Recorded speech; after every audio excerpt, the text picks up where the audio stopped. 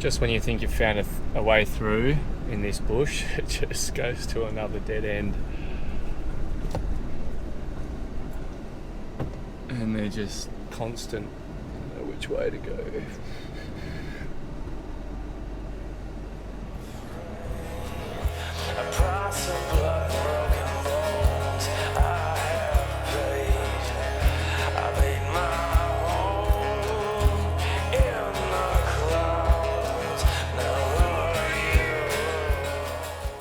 This has definitely been one of the trickier spots I've had to navigate my way into. I don't want to jinx it, I'm just very surprised I haven't popped a tyre yet.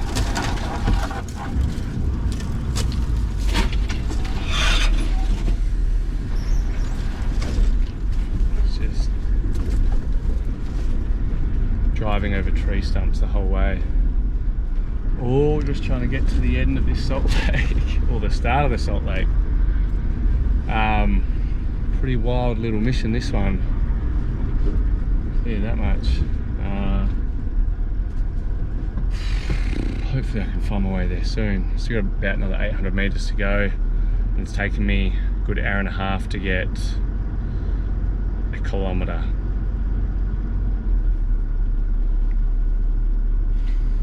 Just not sure what to do. Come this far, I've got to see it through, but geez, this is a tough one.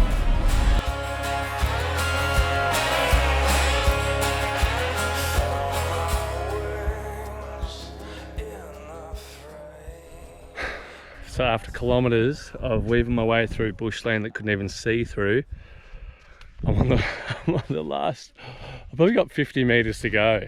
And went to just hop over one big bush, kind of like this one here, this bit of scrub, and just bellied up.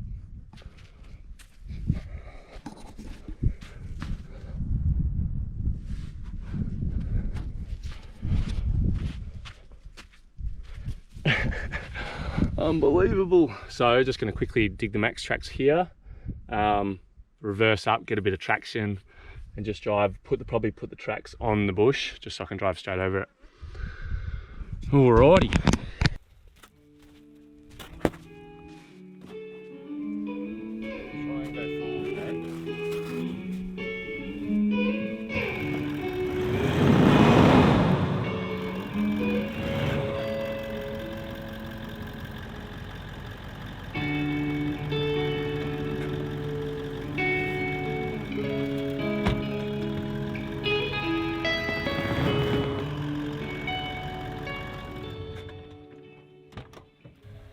I do have a sand anchor which I might try out before I have to try and dig this out. Still pretty warm.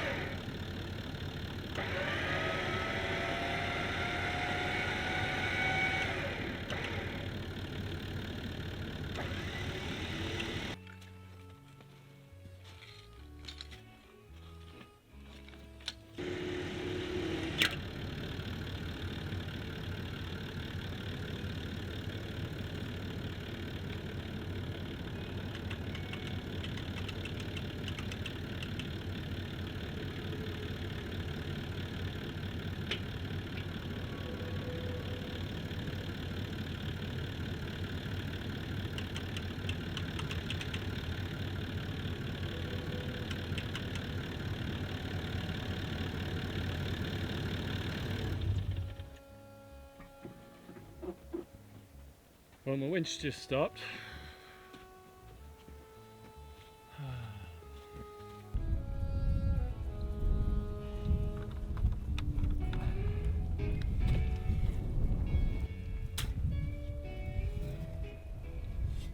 really hard to get under the bush to get sand out, to get it down. So at the moment my wheels are pretty much just spinning and I can't get them to grip the max tracks at all.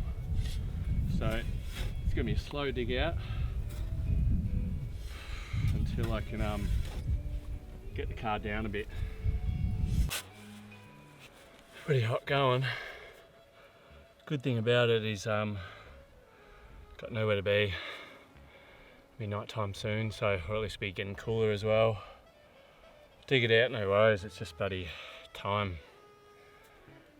Not ideal considering camp is 30 metres that way where I want to camp, so bit of a spanner in the works. But you got to expect stuff like that out here.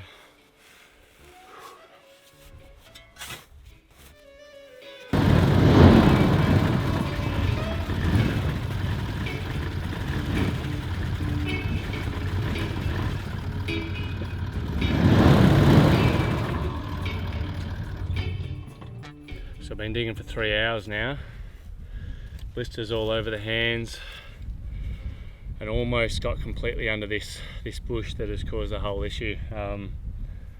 I can hear the car slowly dropping down onto the tracks and that are prepared to, that I put right under the tyres. So fingers crossed, a little bit more and then I can finally drive out of here and have a beer. Whew.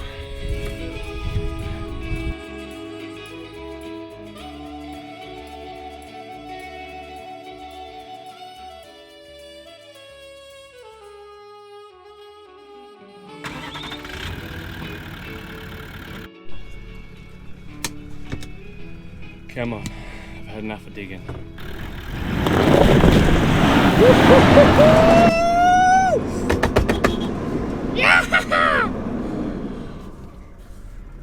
Oh,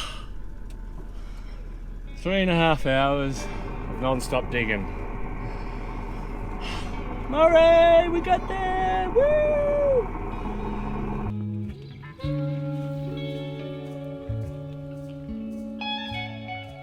That whole thing was just my own error. I should have just one-wheeled over it instead of doubling, or yeah, trying to like clear it, and didn't realise how high the sand was under it. So yeah, rookie error.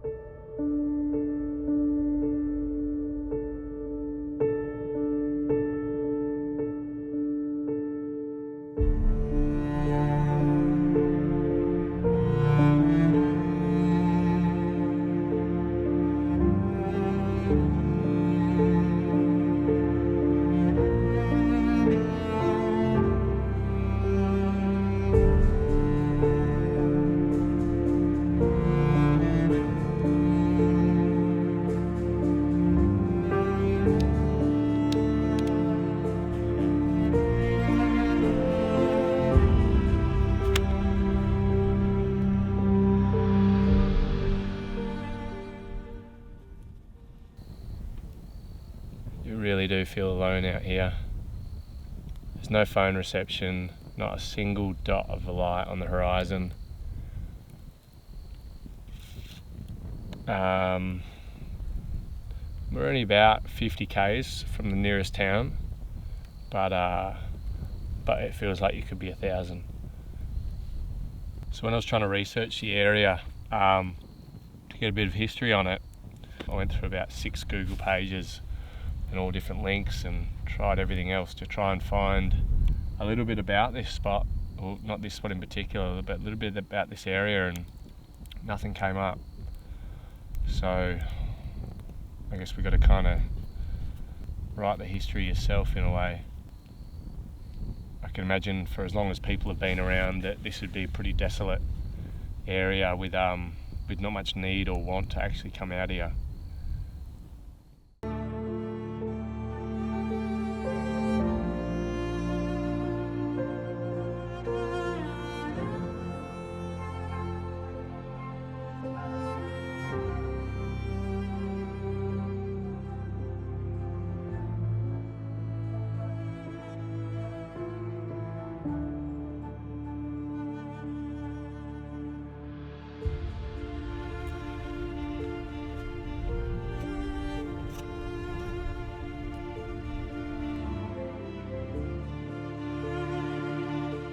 So recently on the banks of this salt lake, they found a cypress pine. Now cypress pine is basically a type of pine tree that actually lives on the edge and inhibits the banks and the sandy areas around these salt lakes.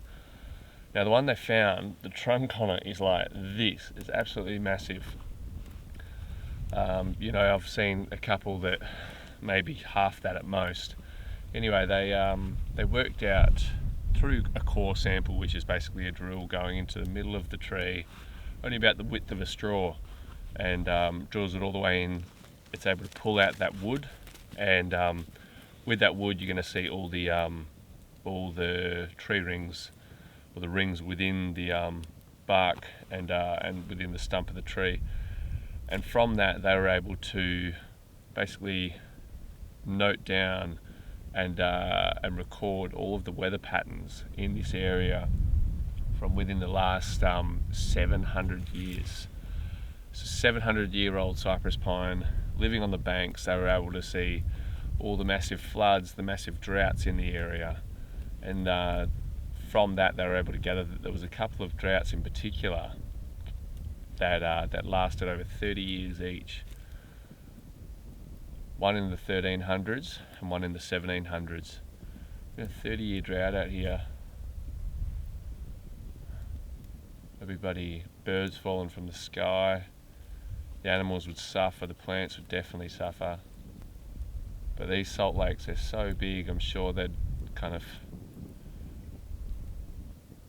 almost create their own climate in a way, especially when it's really hot. They just retain that heat in the salt.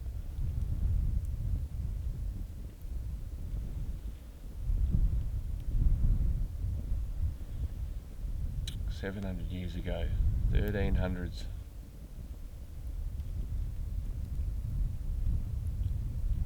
It's really insane to think about.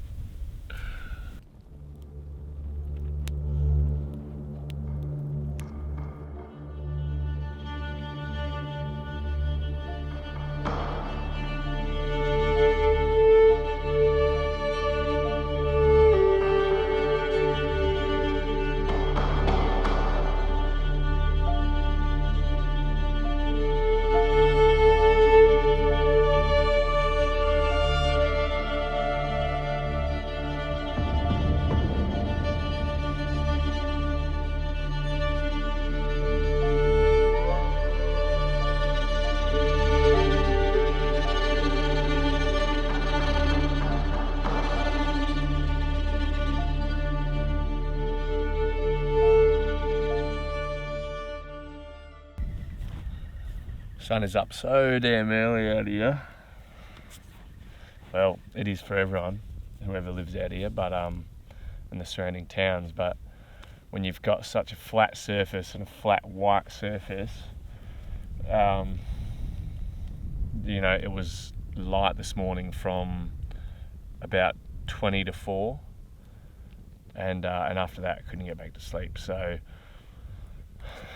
you know, sat around, had some coffee, did all my filming, my photos, and then I was like, shit, must be almost time to move on. Start packing up. It's not even 10 to 6 yet. I feel like I was kind of lagging a bit this morning, going, oh shit, like it's gonna be midday by the time I get anywhere, but 6 hours. As long as I don't bloody get stuck again.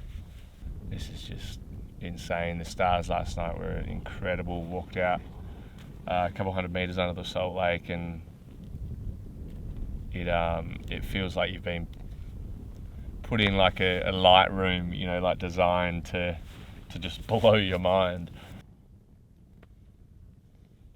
Now, why'd you have to go for a swim with coffee, you bastard?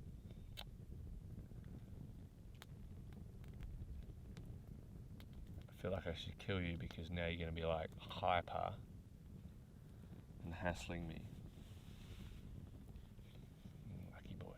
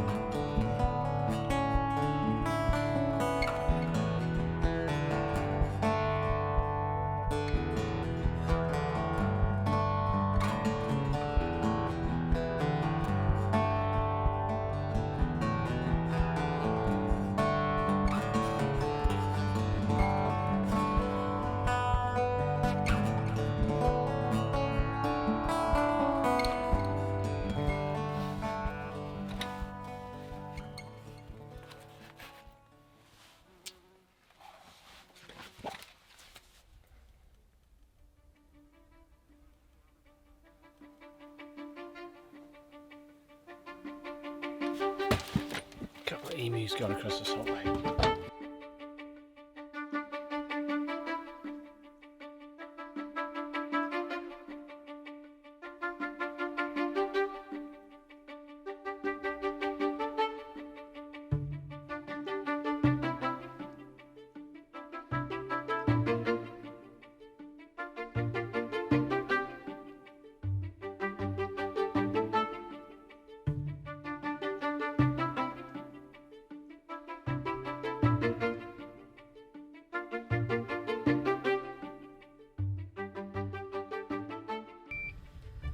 It's insane. I could see two dots look like a mirage, like miles across the salt lake, and I was like, well, that looks like emus, but it looks like they're not too far away.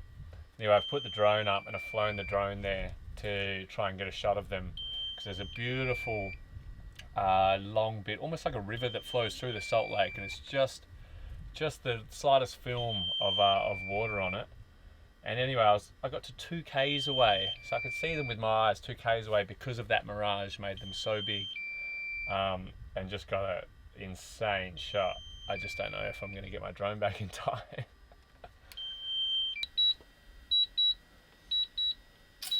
He lives another day.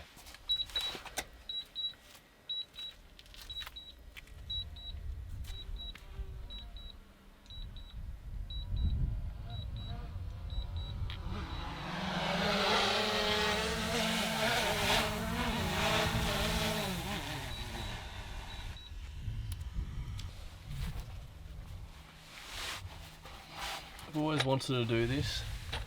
Just rock up to a camp early, especially on a salt lake, and just sit down and do nothing. And I wanted to do it just because there is absolutely no distraction whatsoever. And you're looking out on the salt lake, it's flat as far as the eye can see, it's bright. So it's a matter of trying to just relax and not think about too much, which is what a lot of us don't have time to do these days. Problem is, I just sat down to do it and I saw 3 emus as a bit of a mirage, like miles away in the distance. And I put the drone up and I was like, where are these guys? And I kept on flying, and I found them about just over 2 k's away. So it's crazy that their mirage made them so much bigger that I could see them with my naked eyes. And once again, crossing the salt lake in the heat of the midday sun doesn't make any sense. So I found some condongs, and a few of them I've picked off the tree, a few of them I've grabbed from below the tree. I think, to be honest, I'm about a month late, and all the good stuff, it's ripened, it's fallen off the tree already. Despite there being so much in the emu scat, I'm just wondering whether they're finding fresh condongs somewhere, and then just the ones on the edge of the salt lake are kind of early to ripen, or if they're just eating the rock hard dried ones anyway, and they're not too phased. But all of these are pretty solid. There's not really any flesh. There's no flesh left in these. They kind of look like dried up prunes, really. Bit of a shame. Stay. Here you go. That one's all dry. Hold on. That one's turned to dust, mate. Wait.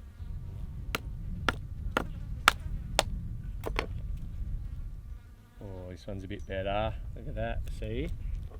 Hold on. There you go.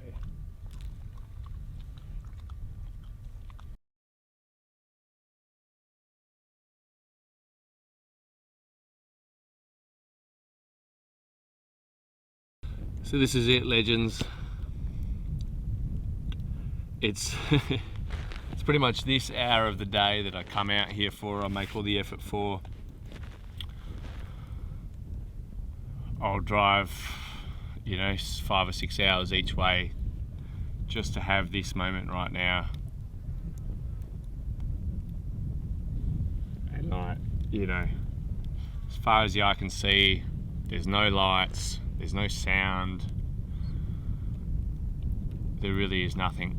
The moment the sun goes down, all the flies bugger off. The temperature just gets to the most dreamy temperature you could ever imagine. The stars start to come out. Have a fire out in the Salt Lake. Maury's getting the last of the 2 flies. Get 'em, Moz. It's just like, you can't, there's just nothing else I've done compares to something like this. You know, campfires on the beach, very, very different. Campfires on a mountain, very, very different. Campfires on a salt lake and like camping on a salt lake, I won't tonight because we're only on the edge here, and it's pretty wet out in the middle, but you know, camping out in the Salt Lake is just something else. Don't even know what it is. It's the isolation, it's the barrenness, it's the stillness, it's stars like you've never ever seen before. The quiet, I think the quiet is something that really, really attracts me and draws me in. This whole kind of trip was basically focused on an area on the map which I'd never been to, couldn't find any history on, couldn't find any information on. So ultimately it's almost like just a void in the map, and a spot where everyone else would kind of look at and go, well, there's nothing there, which I can acknowledge. But when you can pull up down the end of a dusty little track and have this place to yourself, I reckon I could probably camp here for 2 months and no one would ever come.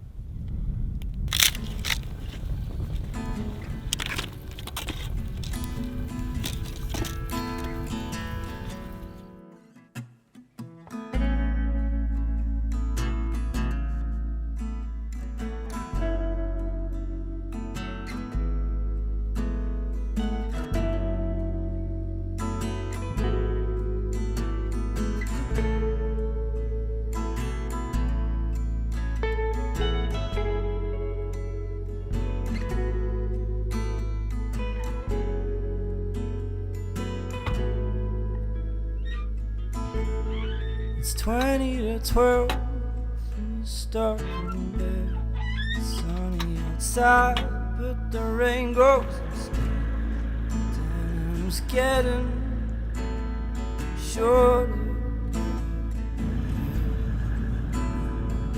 I smile away and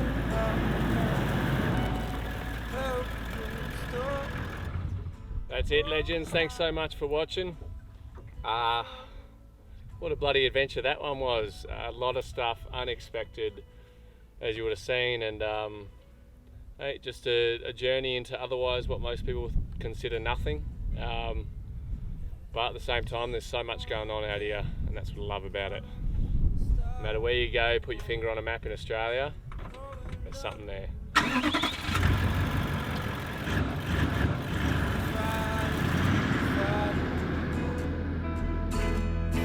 Answers you have got, pulling out in it. Well, that's not living.